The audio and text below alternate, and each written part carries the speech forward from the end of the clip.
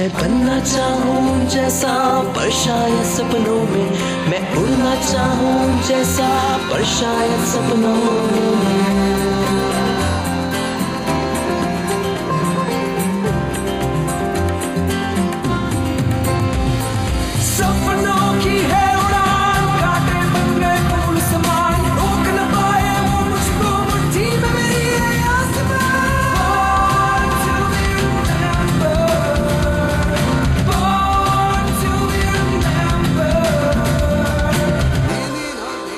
Good morning दोस्तों, मैं बबीता स्वागत करती हूँ आपका इस प्रोग्राम में जिसका नाम है बॉर्न टू बी रिमेम्बर्ड। तो दोस्तों, क्या आपने कभी गोल्डन गेट ब्रिज का नाम सुना है, जो कि अमेरिका के सैन फ्रांसिस्को शहर में है? अगर नहीं सुना ना, तब तो आपको और भी मजा आने वाला है, क्योंकि हम आज बताने वाले हैं आपको इस अद्भुत और विशाल पुल के बारे में। अच्छा दोस्तों, हावड़ा ब्रिज का नाम तो आपने सुना होगा ना? कुछ ऐसा ही है ये पुल, और इतना ही पुराना जितना कि हावड़ा ब्रिज है, या ये कह लीजिए कि अमेरिका का हावड़ा ब्रिज, बस उसे 4 गुना लंबा और दुनिया के टॉप 10 ब्रिजेस में से शुमार है ये पुल। आज यानी कि 27 मई को 1937 में पगयात्रियों को इस पर पहली बार चलने की अनुमति मिली। अगले ही दिन यानी कि 28 मई को इसे गाड़ियों के आवागमन के लिए खोल दिया गया। और दोस्तों, कैलिफोर्निया के विभिन्न राज्यों को सैन फ्रांसिस्को से जोड़ने वाला ये ब्रिज गोल्डन गेट ब्रिज क्यों कहलाता है, आइए जरा ये भी हम जान ही लेते हैं। फ्रेंड्स, दरअसल सैन फ्रांसिस्को की खाड़ी इस जगह पर पैसिफिक ओशियन से मिलती है, और जब जॉन फर्मेंट ने इसे देखा तो उन्हें ये इस्तांबुल के एक बंदरगाह जिसका नाम गोल्डन हॉर्न था की तरह लगा। इस तरह तब से ये जगह गोल्डन गेट के नाम से जानी जाने लगी, और जब यहाँ पर ब्रिज बना तो इसे गोल्डन गेट ब्रिज का नाम दे दिया गया। इसे बनाना दोस्तों इतना आसान नहीं था, और काफी लोग इस ब्रिज के बनाने से पहले इस बात पर अपने तर्क दे रहे थे कि ये पुल बनाने में वो कामयाब होंगे भी या नहीं होंगे। कितने मजदूर इस पुल को बनाने में लगे, इसका कोई भी रिकॉर्ड हमारे पास नहीं है। इसे बनाने में 4 साल से थोड़ा ज्यादा समय लगा, और 11 मजदूरों की इसमें जान गई। इनकी याद में एक पट्टिका इसके नाम के साथ आज भी ब्रिज पर लगी हुई है। मजदूरों की सुरक्षा के लिए इसे बनाते समय एक जाल चारों तरफ बिछा दिया जाता था, और अगर कोई मजदूर नीचे गिरता था तो उसकी जान बच जाती थी। अपने ही तरह में ये एक अनोखी चीज थी, और कुल 19 मजदूरों की जान इस तरह से बची। इन 19 मजदूरों को नाम दिया गया halfway to hell club. उस समय इसे बनाने में करीब $3.5 करोड़ की लागत आई, और दोस्तों, एक लोकल अखबार ने इसे अगले दिन 35 मिलियन हार्प यानी कि 3.5 करोड़ की स्टील की बनी वीणा के नाम से छापा। और फ्रेंड्स, इसे ऑरेंज कलर ही क्यों दिया गया? इसे स्टील या काले रंग से क्यों नहीं रंगा जा सकता था? हाँ, बताएंगे। मुझे पता है आप लोगों की जिज्ञासा ना धीरे धीरे बढ़ती जाती है जब हम किसी भी चीज को बताते हैं। तो दोस्तों, इसे ऑरेंज कलर इसलिए दिया क्योंकि इसके आसपास की प्राकृतिक सुंदरता और रंगों में ये अलग दिख सके। साथ ही साथ इस रंग का होने की वजह से जहाज इसे दूर से ही देख सकते हैं। और गोल्डन ब्रिज की पेंटिंग का काम साल दर साल की तर्ज पर नहीं, बल्कि हमेशा चलता रहता है, जिससे कि समुद्र के खारे पानी की वजह से आसपास की हवा इसे नुकसान न पहुंचा सके। और 50 पेंटर्स और बाकी मैकेनिक हमेशा इसकी देखभाल में लगे हुए रहते हैं। तो दोस्तों, क्यों? ये है ना अपने आप में एक दिलचस्प पुल। अमेरिका के 2 मुख्य हाईवे इसी पुल के थोड़ा पहले दोनों ओर समाप्त होते हैं, और ये पुल उन दोनों में से किसी का भी हिस्सा नहीं है। दोस्तों, 27 मई 1937 यानी जिस दिन ये खुला था से लेकर 27 मई 2012 इस पुल में से करीब 2 अरब गाड़ियां आर पार हो चुकी हैं। और आप भी एक बार ना इस विशाल और अलौकिक ब्रिज को देखने के लिए अमेरिका जरूर जाइएगा। हाँ, मैं भी जाऊंगी, लेकिन अभी नहीं, बाद में, क्योंकि अभी चली गई तो बॉर्न टू बी रिमेम्बर्ड में आपका साथ कौन देगा। वेल दोस्तों, हम बात कर रहे हैं कि आप भी जाइए अमेरिका में इस ब्रिज को देखने के लिए। पता है, इस ब्रिज को ना आप देखते वक्त कार पूल करके इस ब्रिज की यात्रा कीजिए। कार पूल करके, हाँ, मैंने सही बोला है और आपने सही सुना है। अगर आपकी कार में 3 या उससे ज्यादा लोग हैं तो आपको टोल भी नहीं देना होगा, प्रतिदिन सुबह और शाम। और जब जाएंगे ना तो अंग्रेजी में लिखी इस पोएम को जरूर पढ़ के आइएगा, जिसे इस ब्रिज के सिविल इंजीनियर जोसेफ स्टार्स ने लिखा था। नाम था the mighty task is done. और दोस्तों, इस कविता की पंक्तियां अगर आपको सुननी है ना तो लीजिए सुनिए। At last, the mighty task is done. Resplendent in the western sun, the bridge looms mountain high. Its titan piers grip ocean floor. Its great steel arms link shore with shore. Its tower pierce the sky.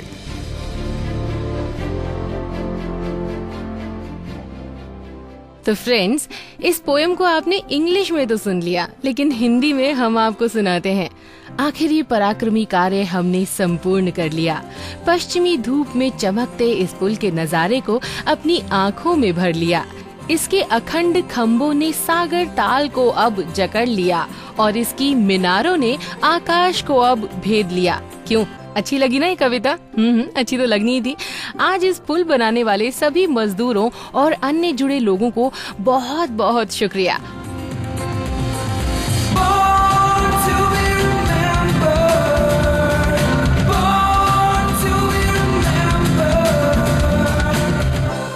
और दोस्तों, अब बारी है हमारी आज की पहली personality से आपको रूबरू करवाने की। तो बता दूं उनका नाम?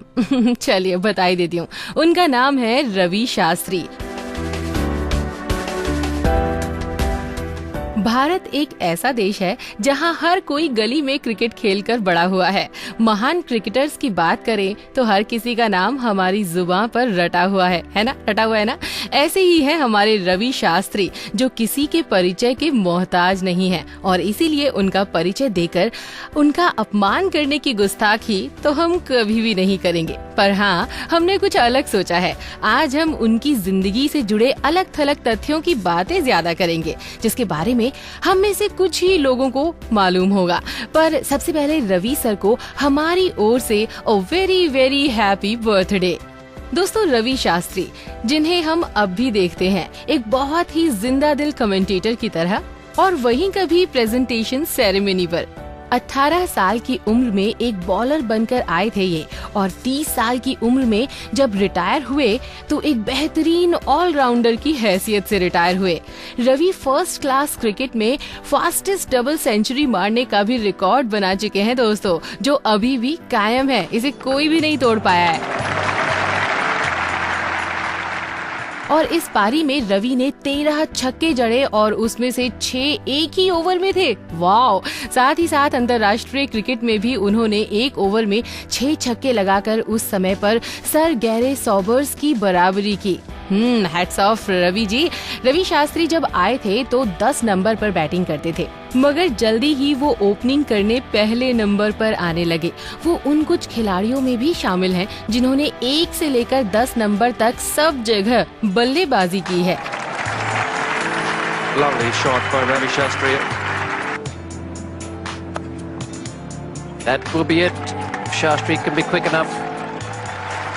दोस्तों, 6 छक्के, 123 बॉल में दोहरा शतक, ये सब सुनकर तो ना ऐसा ही लगता है कि मानो वो एक धुआंधार बैट्समैन रहे होंगे। और दोस्तों, इसी के साथ साथ वो एक ऐसे बैट्समैन थे जो घंटों तक टिके रहने के बाद भी धीरे धीरे रन बनाते रहते थे। पता है, एक बार तो ऑस्ट्रेलिया के साथ वो इतनी धीरे बल्लेबाजी कर रहे थे कि लोगों ने ये सोच लिया था कि यहाँ पर समय जाया करने का तो कोई भी मतलब नहीं है, और भारत जो है ना वो मैच हार चुका है। मगर क्या आपको पता है कि उस मैच का क्या हुआ? हाँ, उस मैच को भारत ने जीत लिया और उस टूर्नामेंट में रवि को चैंपियन ऑफ चैंपियंस का अवार्ड मिला। दोस्तों वैसे तो रवि शास्त्री को कप्तानी का एक अच्छा हकदार माना जाता था और कभी कभी टीवी पर उन्हें पूर्व कप्तान कहकर भी बुलाया जाता था, मगर आपको ये जानकर बहुत ही हैरानी होगी कि उन्होंने सिर्फ एक मैच में भारत की कप्तानी की। हाँ, सिर्फ एक ही मैच में। और वजह ये थी कि दिलीप वेंगसरकर बीमार थे और उस मैच में नहीं खेल रहे थे। दोस्तों वो मैच था शक्तिशाली वेस्ट इंडीज के विरुद्ध और भारत सीरीज हार रहा था, मगर ये मैच रवि जी की कप्तानी में जीता गया और रवि शास्त्री ने रिटायरमेंट के बाद क्रिकेट की दूसरी पारी खेली एक कमेंटेटर के तौर पर। और आज अगर हम बात करें तो वो एक पसंदीदा कमेंटेटर है लोगों के, और लोग आजकल उनकी कमेंट्री की मिमिक्री करने से भी नहीं चूकते हैं। आइए आपको सुनवाते हैं रवि शास्त्री जी की commentary. Just a flick of the wrist, and away she goes into the crowd. Consecutive sixes here for the left-hander. और ये जिस मैच की कमेंट्री है ना, वो शायद आपको याद भी होगा। ये मैच था जब बॉलर स्टुअर्ट ब्रॉड की 6 गेंदों में युवराज सिंह ने 6 छक्के जड़ दिए थे और उस समय मैदान का माहौल तो क्या माहौल था। तो चलिए उसी माहौल का लुत्फ उठाते हैं, आपको सुनवाते हैं उसी मैच की कुछ झलकियाँ। Here goes Broad. Last ball of the innings, and he's put it away. Oh, has he? Yes, into the crowd. 6 sixes in an over. Born to be remembered, born to be remembered. Friends आप लोग सुन रहे हैं born to be remembered और आपको पता है ना कि इस शो में हम आपको अलग अलग पर्सनालिटी से रूबरू करवाते हैं। अभी हमने बात की थी रवि शास्त्री जी की जो सबके फेवरेट हैं, और अब आज के हमारे एपिसोड में बारी है अगले मेहमान की, जिनका नाम है पदुमलाल पुन्नालाल बख्शी। दोस्तों पदुमलाल पुन्नालाल बख्शी जी का जन्म हुआ 27 मई 1894 में हेडमास्टर N.A. गुलाम अली के निर्देशन पर उनके नाम के साथ उनके पिता का नाम पुन्नालाल लिखा गया। तब से वो अपना पूरा नाम पदुमलाल पुन्नालाल बख्शी लिखने लगे। और दोस्तों आपको एक बात हम बताएं कि भाई मैट्रिकुलेशन की परीक्षा में ये अनुत्तीर्ण हो गए थे और उसी वर्ष 1911 में इन्होंने साहित्य जगत में प्रवेश किया और 1912 में इन्होंने मैट्रिकुलेशन की परीक्षा पास कर ली।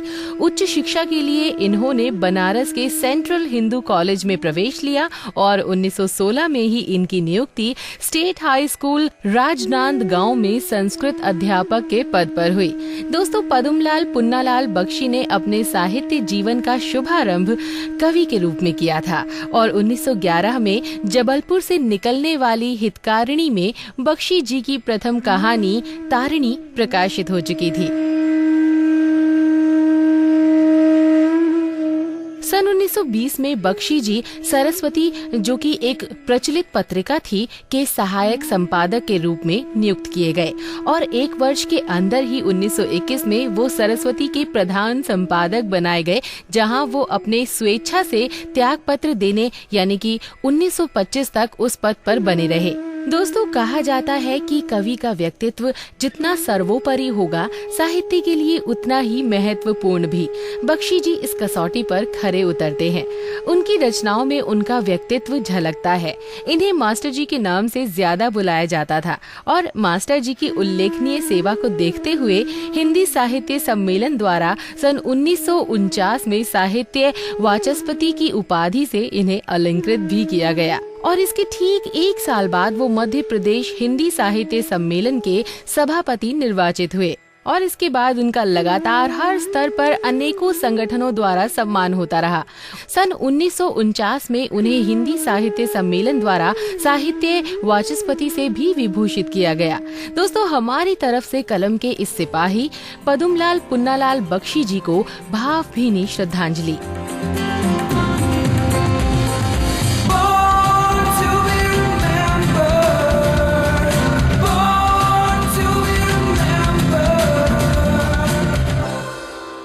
दोस्तों, आप सुन रहे हैं बॉर्न टू बी रिमेम्बर्ड और अब हम बात करेंगे एक ऐसे शख्स की जिसकी जिंदगी में रंग से राजा बनने की और मजबूत हौसलों की वो कहानी है जिसे सुनकर हर कोई इसका लोहा मानेगा। हम बात कर रहे हैं अमेरिका के मशहूर बिजनेस टाइकून और समाज सेवक कॉर्नेलियस वैंडरबिल्ट की। दोस्तों, कॉर्नेलियस वैंडरबिल्ट का जन्म हुआ 27 मई 1794 को एक नाव चलाने वाले के घर पर। दोस्तों, उस घर में पैसे की जरूर तंगी थी, लेकिन सपनों और हौसलों की बिल्कुल भी कमी नहीं थी और इन्हीं हौसलों की जीती जागती मिसाल थे कॉर्नेलियस वैंडरबिल्ट, जिन्होंने सिर्फ 16 साल की उम्र में अपने पैरों पर खड़े होने की ठान ली और अपने माता पिता से लगभग $100 उधार लिए और अपना खुद का बोट चलाने का बिजनेस शुरू कर दिया। दोस्तों, जिस उम्र में बच्चे अपने भविष्य के सपने देख रहे होते हैं ना, उस उम्र में कॉर्नेलियस वैंडरबिल्ट अपने सपनों को सच्चाई में बदलने की तैयारी कर रहे थे और देखते ही देखते कॉर्नेलियस का बोट चलाने का काम चलने लगा और 1849 आते आते ये स्टीम बोट का बिजनेस अमेरिका के अंदर ही नहीं बल्कि इसके बाहर भी पैर पसारने लगा था और स्टीम बोट स्टीम शिप की शक्ल लेने लगी थी। दोस्तों, अपने बिजनेस को हमेशा टॉप पर देखने की चाह रखने वाले कॉर्नेलियस वैंडरबिल्ट अपने देश और समाज को लेकर भी काफी मददगार थे।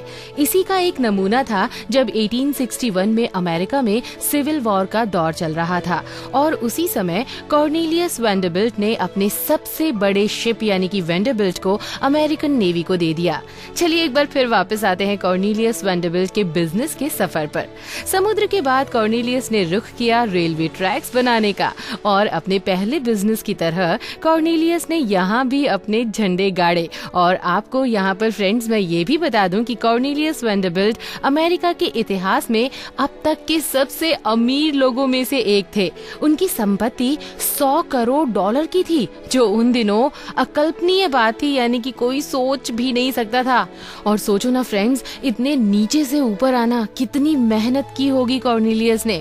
सही बात है भाई, जो मेहनत करते हैं वही पाते हैं और कॉर्नेलियस जी ने भी बहुत मेहनत की और इसीलिए उनको ये सफल परिणाम भी मिला। 1877 को बिजनेस टाइकून कॉर्नेलियस वैंडरबिल्ट हमेशा के लिए मौत की नींद सो गए और पीछे छोड़ गए हर उस इंसान के लिए हौसले और हिम्मत की वो कहानी जो हमेशा हर किसी को प्रेरणा देती रहेगी।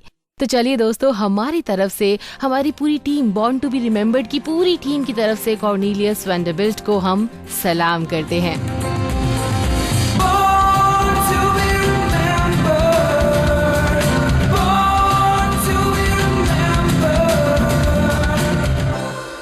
फ्रेंड्स, आप लोग सुन रहे हैं बॉर्न टू बी रिमेम्बर्ड और मैं हूं आपके साथ आपकी दोस्त बबीता। कभी कभी इन सब कहानियों को सुनकर बड़ी प्रेरणा मिलती है ना।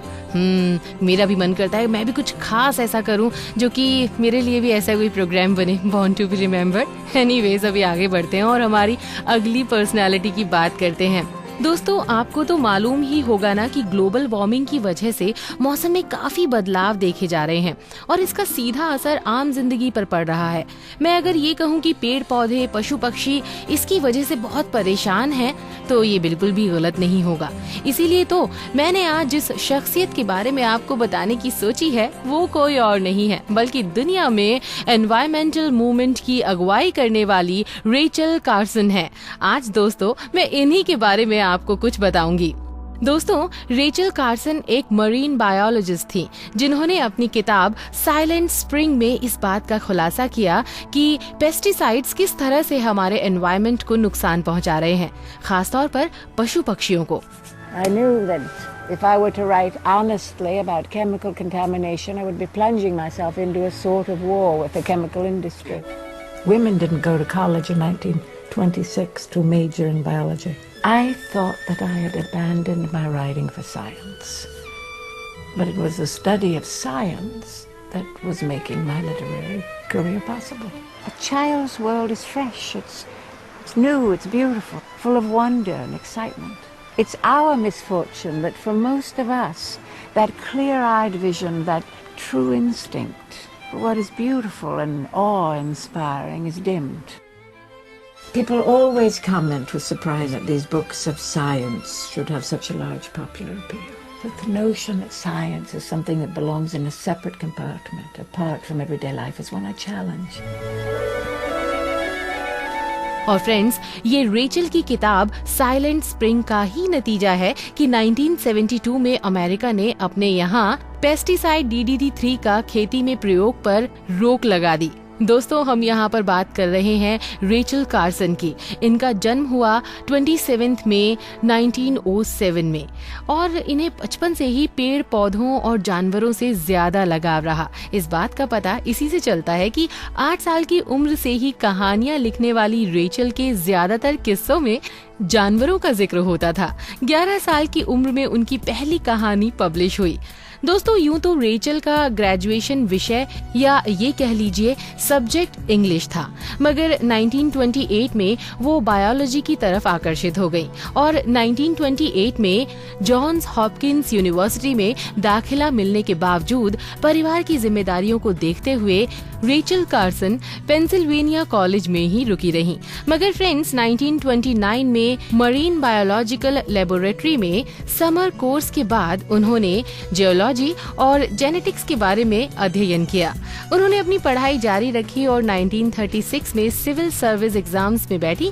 और दोस्तों, आपको मालूम है, रेचल ने सिविल सर्विस एग्जाम्स में टॉप पोजीशन हासिल की और इसी का नतीजा था कि वो अमेरिका की ऐसी दूसरी महिला बनी जिन्हें ब्यूरो ऑफ फिशरीज में फुल टाइम नौकरी दी गई और ये एक महिला के लिए बहुत बड़ी बात थी।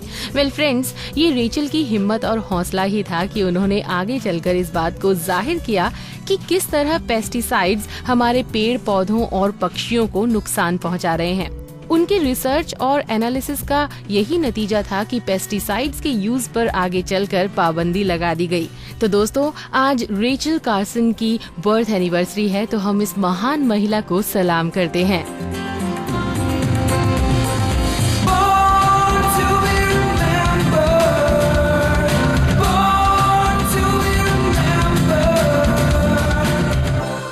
फ्रेंड्स, आप सुन रहे हैं बॉर्न टू बी रिमेम्बर्ड और अभी मेरा मन बिल्कुल भी नहीं भरा है कि मैं आपको और पर्सनालिटीज के बारे में नहीं बताऊंगी और अब हम बात करेंगे अपने बारे में।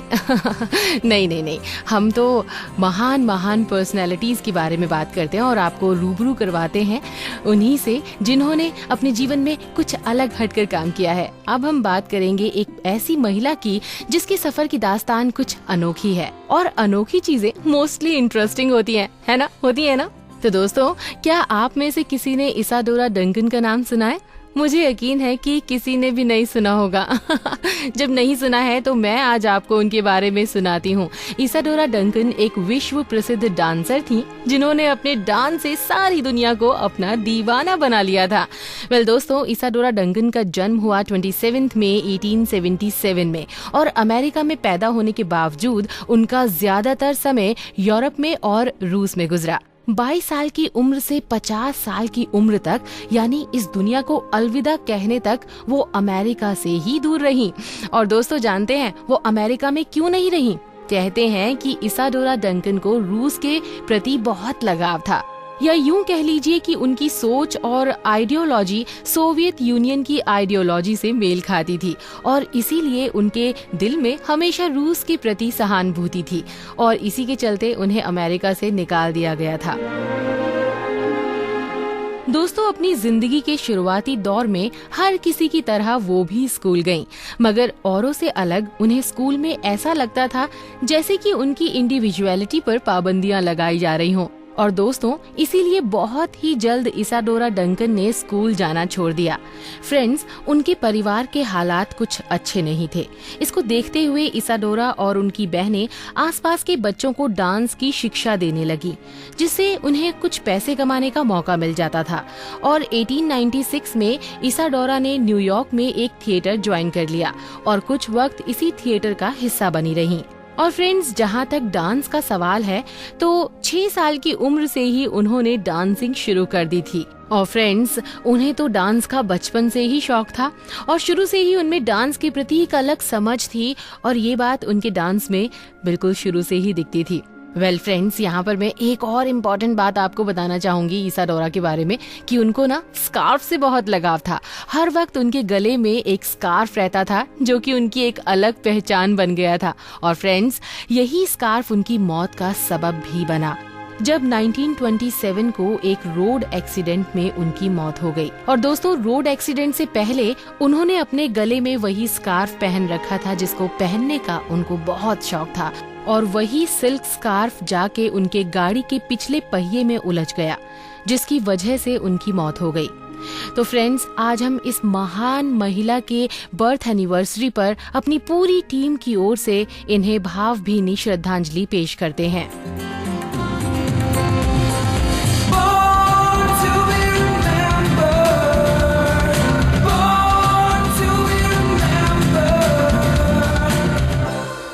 फ्रेंड्स, आप सुन रहे हैं बॉर्न टू बी रिमेम्बर्ड और मैं हूं पविता। वेल, अब फिर से वही बोलना है जो मैं नहीं बोलना चाहती आपसे और जो आप नहीं सुनना चाहते मुझसे। भाई, कुछ मीठी और तीखी यादों के साथ अब मैं आपसे लेना चाहूंगी इजाजत। जल्दी ही मिलूंगी आपसे बॉर्न टू बी रिमेम्बर्ड के एक और नए एपिसोड में। नमस्कार।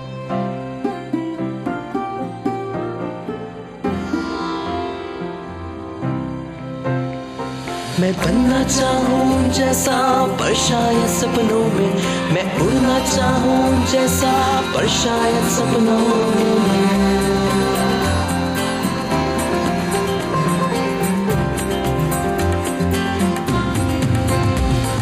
सपनों की है उड़ान, कांटे बन गए फूल समान, रोक न पाए वो मुझको मुट्ठी में मेरी है आसमान।